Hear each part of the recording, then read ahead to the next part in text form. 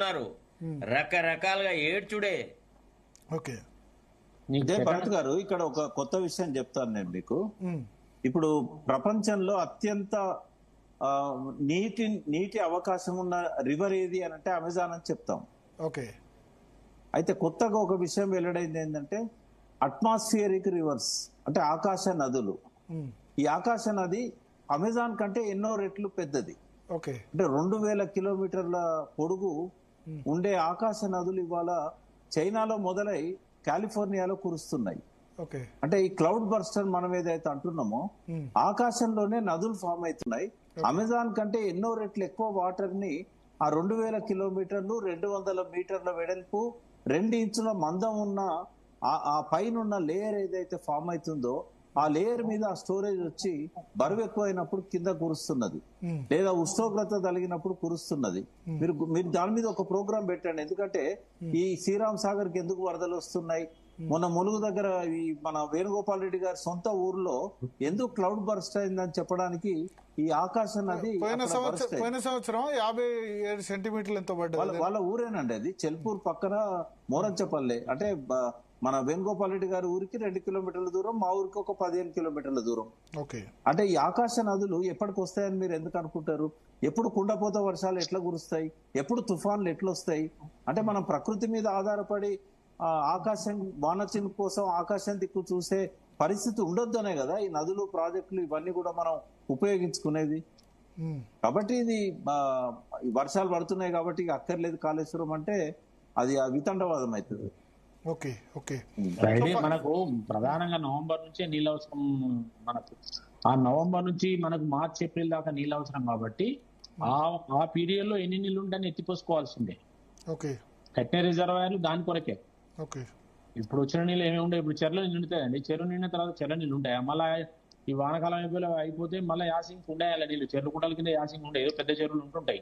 ఇది కూడా అట్లాంటిదే, రిజర్వాయర్స్ అన్ని మళ్ళీ నింపుకోవాలి, మనం సెకండ్ క్రాప్స్ ఇవ్వాలి, ఇస్తేనే అవుతుంది. కాబట్టి సరే ఏదేం జరిగినా కూడా వీళ్ళకి ఒక ప్రణాళిక అనేది లేదు కాంగ్రెస్ పార్టీకి. దాన్ని రిపేర్ చేసే ప్రణాళిక లేదు, ఆల్టర్నేట్ ప్రణాళిక లేదు, పనికొత్త చెప్పరు. అది తీసుకుపోయి ఇప్పుడు మళ్ళీ తీసుకుపోయి ఇచ్చంపల్లి ప్రాజెక్ట్ అంటే ఇచ్చంపల్లి ప్రాజెక్ట్ నదుల సంధానం ఇప్పుడు అయ్యేదా పోయేదా, అది ఎప్పుడు అవుతుంది, ఎప్పుడు పోతుంది, ఎన్ని ఆటంకం ఉంటే అంటే అప్పటి వరకు రేవంత్ రెడ్డి ఉన్నాడు, మనం ఉన్నాం.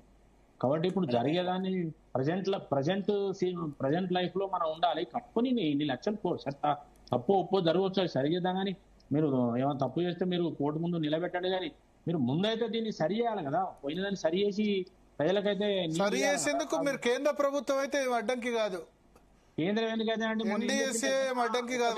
వాళ్ళు ఇంకో క్వశ్చన్ చేస్తున్నారు, భరత్ గారు, బీఆర్ఎస్ ఒక క్వశ్చన్ చేస్తుంది, పోలవరంలో కూడా అక్కడికి ఎందుకు పోవట్లేదు పోలవరం దగ్గరికి అని అడుగుతున్నారు. మీకు ఒక విషయం, మొన్న కేంద్రం ఏం చెప్పింది ఎరికేనా, మీరు ఇమీడియట్ గా కాళేశ్వరం బ్యాంక్ యూటిలైజేషన్ తీసుకొచ్చి ఇవ్వండి, దానికి ఏమైనా ఖర్చు అయితే దాని ఇంట్రెస్ట్ మేము ఇస్తాం, లోన్ మేమే ఇస్తాం అని కూడా చెప్పింది స్టేట్ గవర్నమెంట్. మోహన్ గురుస్వామి మన రేవంత్ రెడ్డి గారికి అడ్వైజర్. మోహన్ గురుస్వామి గారు ఏం చెప్పారో మీరు విన్నారు భరత్. ఇది ప్రజల ఆస్తి కదా, దాన్ని నిరర్థకం చేయకూడదు అన్నారు. చెప్పండి శరత్ గారు. ప్రకాష్ గారు, మీరు రేవంత్ రెడ్డికి అడ్వైజర్లు ఉన్నారు అని అంటే చాలా ఆశ్చర్యం వేస్తుంది. అంటే కేసీఆర్ కి అడ్వైజర్స్ ఉంటారు కానీ రేవంత్ రెడ్డి కూడా ఉండరా అడ్వైజర్స్? మాట వింటాడా అనేది ఒక పెద్ద $1 మిలియన్ మాట వింటాడనే ఉంది. ఎందుకంటే రాష్ట్ర వ్యవహారాలను గనక చూస్తే ఒక పద్ధతి పాడు అనేది ఎక్కడ కనబడలేదు ఇప్పటి వరకు. ప్రభుత్వ పాలనలో 2 సంవత్సరాల కాలంలో మెటిక్యులస్ ప్లానింగ్ అనేది ఎక్కడన్నా కనబడ్డదా పోనీ? అంటే of course we have been seeing so many governments, ఇన్ని ప్రభుత్వాలను చూసినాం. ఎప్పటి నుంచి 1983-84 దశకం నుంచి జర్నలిస్ట్ గా, చిన్న కబ్బు జర్నలిస్ట్ గా పెద్ద పెద్ద వాళ్లను, స్టేట్స్మెన్స్ ని చూసినాం.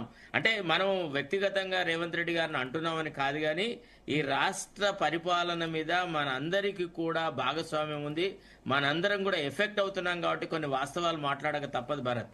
విషయం ఏంటంటే ముఖ్యమంత్రిలో స్టేట్స్మెన్షిప్ ఉండాలా.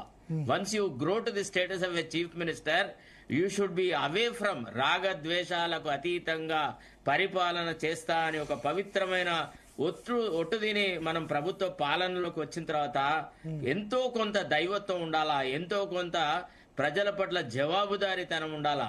అట్లాంటిది ఏదన్నా మీరు చూడగలిగితే, అంటే నాకంటే వాళ్ళు సీనియర్స్, చాలా అనుభవం ఉన్నవాళ్ళు, వాళ్ళు చెప్పాలి ఎక్కడన్నా. పోనీ అంతెందుకు నువ్వు చెప్పు Bharat, you have seen so many ministers, so many chief ministers, మీకు ఎక్కడన్నా ఆ ఉదాత్తమైన స్వభావం కనబడ్డదా? అంటే పివి నరసింహారావు గారిలో కనబడ్డది. See, ఒకటి- చివరిసారిగా నేను చూసింది See, ఇప్పుడు పివి ల్యాక్ నరసింహారావు ఆఫ్ ఒకటి అడ్మినిస్ట్రేటివ్ ల్యాక్ ఆఫ్ ఎక్స్పీరియన్స్ మొదటి 1.5 year కనిపించింది. ఇప్పుడు తర్వాత మరి కొంచెం ఇప్పుడు ఇప్పుడు కొంచెం మీరే- కుదురుకుంటున్నాడు అనిపిస్తుంది. అంటే ఇప్పుడు ఎగ్జాంపుల్ రుణమాఫీ చాలా ఫస్ట్ లోనే చేసేసారు. చేయడం వల్ల డబ్బులు అయిపోయినాయి. 20,000 కోట్లు చేయడం అన్నది బ్లండర్ మిస్టేక్. తర్వాత ఆయనకు అర్థమైంది సాచురేషన్ పాయింట్ ఆఫ్ వ్యూ లో ఏదైనా చేయాలని భరత్. సన్న బియ్యం స్టార్ట్ చేశారు. కొంచెం కుదురుకున్నారు.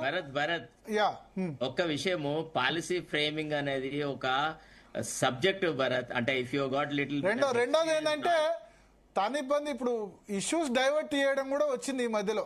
Kaleshwaram Correct. Phone Issues tapping, కాదు. కాళేశ్వరము అనేది ఫోన్ ఏమంటే- ట్యాపింగ్ చాలు కదా. తన పాలన మీద చర్చ జరగకుండా ఇష్యూ డైవర్ట్ అలా చేయడం, కాదు.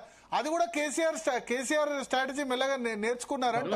సారీ నువ్వు కేసీఆర్ భరత్, కేసీఆర్ తో రేవంత్ రెడ్డిని పోల్చడము చాలా తప్పు. కేసీఆర్ లో ఎన్ని కేసీఆర్ అవగుణాలున్నా, ఎంతో కొంత commitment కేసీఆర్ ఉన్న people 1985 ఎమ్మెల్యే, 96 లో మినిస్టరు. ఓకే, ఇప్పుడు రేవంత్ రెడ్డి 2007 లో ఫస్ట్ టైం ఎమ్మెల్సీ కదా. ఇప్పుడు భరత్ మొత్తం ఇంకో విషయం ఉన్నా? లేదు, ఆయన No. ముఖ్యమంత్రి అయ్యేసరికి 16 సంవత్సరాలు పట్టింది. బట్ చెప్తా, ఇంతకంటే చిన్న వయసులో ముఖ్యమంత్రులు అయిన వాళ్ళు బ్రహ్మాండమైన పాలన చేసినారు భరత్. మనం అట్లా అంటే ఎట్లా చెప్పు? ఫస్ట్ 1 year ఇబ్బంది అయినా ఇప్పుడిప్పుడే కుదురుకుంటున్నారు. తెలుస్తోంది ఇష్యూస్ ఇవన్నీ ఎట్లా ట్యాకిల్ చేయాలో తెలుస్తుంది అంటున్నా. భరత్ గారు అసలు పప్పులో కాలు వేసిన సందర్భాలు కొన్ని ఉన్నాయి భరత్. అసలు విషయాన్ని ఎవరు సార్, ఒక్క నిమిషం సార్.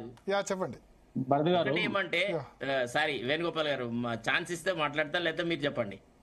లేదు మీరు సరే కానీ ఒక విషయం చెప్పి విషయం ఏంటంటే, ఒక ముఖ్యమంత్రిగా పదవి బాధ్యతలు స్వీకరించిన తర్వాత ఆయనకు కొన్ని ఇనీషియల్ ఇంప్రెషన్స్ ఉన్నాయి. అదేంది, state finances are in shambles అని first point. There was lot of corruption in certain aspects అనేది 2. మూడోది ఒక రివెంజ్ఫుల్ యాటిట్యూడ్. ఏమి, ఎట్లయినా కానీ కేసీఆర్ను, కేసీఆర్ పార్టీని, కేసీఆర్ కుటుంబాన్ని భూస్థాపితం చేయాలా, ఈ అంశాల ప్రాతిపదిక మీద గవర్నెన్స్ నడవదు ఎప్పుడు కూడా. When the economy is in shambles, what one should do, he has to have a good economic adviser, ఒక ఫైనాన్షియల్ అడ్వైజర్ని ఎవరినైనా, రిజర్వ్డ్ బ్యాంక్ గవర్నర్లో రిటైర్డ్ పర్సన్ పెట్టుకొని, ఒక గౌరవ సలహాదారుగా పెట్టుకొని, వారితో అన్ని విషయాలు తరోగా డిస్కస్ చేసి, డిబేట్ చేసి, మన వనరులు ఎంత, మన ఖర్చులు ఎంత, మన సమస్యలు ఎంత డిస్కస్ చేసి, డిబేట్ చేసి, విషయాలను పరిశీలించి ఒక అభిప్రాయానికి రావాలన్న చిత్తశుద్ధి ఎన్నడూ కనపడలేదు. ఫస్ట్ రాగానే ఎవడన్నా స్టేట్ లెజిస్లేటివ్ అసెంబ్లీని పెట్టి వైట్ పేపర్లు ఇచ్చి రాష్ట్రం దివాలా తీసింది, సర్వనాశనం అయింది, రాష్ట్రంలో దిక్కులేదు, దివాణం లేదంటే, నీవు రాష్ట్ర ఆర్థిక ప్రతిపత్తికి రాష్ట్రంలో ఎవడన్నా పెట్టుబడులు పెట్టడానికి వస్తాడని? గంత కామన్ సెన్స్ లేని గవర్నెన్స్ ని ఎవడన్నా చూసినాడా? అసలు అన్ని అప్పులలో ఉండి జీతాలు ఇవ్వలేని ముఖ్యమంత్రి ఎన్టీ రామారావు కూడా ఏమనేవాడు, ఆర్థిక పరిస్థితి బ్రహ్మాండంగా ఉంది అనేవాడు. యు రిమెంబర్, సిహెచ్ రాజేశ్వరరావు ఏమన్నాడు, ఎన్టీ రామారావును ఉరిదీయాలన్నాడు. ఆ దిశలు అంటే నీకేముందంటే, ఇప్పుడు ఈ గుప్పిట ఇట్లా ముడుచుకొని ఉంటే చాలా విషయాలు ఉంటాయి, తెరిచి పెడితే ఏముండదు. అంటే ఆ ప్రాగ్మాటిక్ అవుట్లుకే లేదు. రివెంజ్ఫుల్ యాటిట్యూడ్ అనేది ముఖ్యమంత్రిని సర్వనాశనం చేసి, ఆయన తెలుగుగలాడు అవ్వచ్చు గాక, కాకపోవచ్చు గాక, అందరూ తెలుగుగలాడే ముఖ్యమంత్రులు అవుతారని లేదు. కానీ నువ్వు నలుగురితో కలిసి పనిచేయగలిగినటువంటి అది ఉండాలి, దట్ లీడర్షిప్ క్వాలిటీ ఉండాలి. You should be able to work with your superiors, inferiors and equivalents. That part of it is lacking in him. That is why he is fighting with his tools every day. Today nobody is happy. Neither his ministers, nor his MLAs, nor the people of the state are happy. Okay. Yes. Nadar garu. ఇప్పుడు వారితో నేను పూర్తిగా ఏకీభవిస్తున్నా. ఒకటే విషయం, ఇప్పుడు రేవంత్ రెడ్డి గారు ప్రతిసారి అంతకుముందు ఎన్నికలు కాకముందు ఏమనేది, దక్షిణ తెలంగాణకు నష్టం చేసిండు, పాలమూరు ప్రాజెక్టులు పక్కవ పెట్టిండు, కేసీఆర్ ను విమర్శించాడు, ఉత్తర తెలంగాణకే పడతాండు, పైసలు తీసుకుపోయాను, చాలా సార్లు అన్నాడు, రికార్డు ఉంది. ఇవాళ ఆయన తెల్లారేసినాక ఏమంటాడు, నేను పాలమూరు బిడ్డను, పాలమూరు ఏదో రిజర్వ్ అయ్యారు, ఈ ప్రాజెక్ట్ కడుతున్నా అంటాడు. అంటే ఆయన మరి ఉత్తర తెలంగాణకు వివక్షత చూపిస్తున్నాడా అని ఇప్పుడు మనం భావించాల్సి ఉంటుంది. నాకు ఉత్తర తెలంగాణ, దక్షిణ తెలంగాణ విభేదాలు ఏం లేవు. తెలంగాణ అంతా ఒకటే, ప్రయారిటీ ఆధారంగా పనులు చేయాలి. ఇరిగేషన్ లో ఎక్కడ ప్రయారిటీ అవసరం ఉంటే అక్కడ చేయాలి. కాబట్టి పాలమూరు కూడా చేయాలి. కానీ ముఖ్యమంత్రి అయిన వాళ్ళకి వివక్షత ఉండకూడదు కదా. ఇప్పుడు అదే బేస్ లో ఆయన మాట్లాడుతున్నాడు. ఎప్పుడు మాట్లాడినా నేను పాలమూరు బిడ్డ. అరే పాలమూరు బిడ్డ కావచ్చు, ఆంధ్ర తెలంగాణ ముఖ్యమంత్రి. నల్లమల అడవుల్లోంచి తొక్కుకుంటూ వచ్చాడు. ఎవరిని దొక్కినాడు ఎవడు అబ్బకు తెలియదు అని ఎప్పుడు నేను. సరే కాంగ్రెస్ రిప్రజెంటేటివ్ లేడు కాబట్టి ఆయన సపోర్ట్ చేసేవాళ్ళు. కాదు సార్, కాంగ్రెస్ రిప్రజెంటేటివ్ వారు లేరు. ఇప్పుడు ఎందుకు లేరు? అడ్వకేట్ గారు కాంగ్రెస్ రిప్రజెంటేటివ్ వారు లేదు.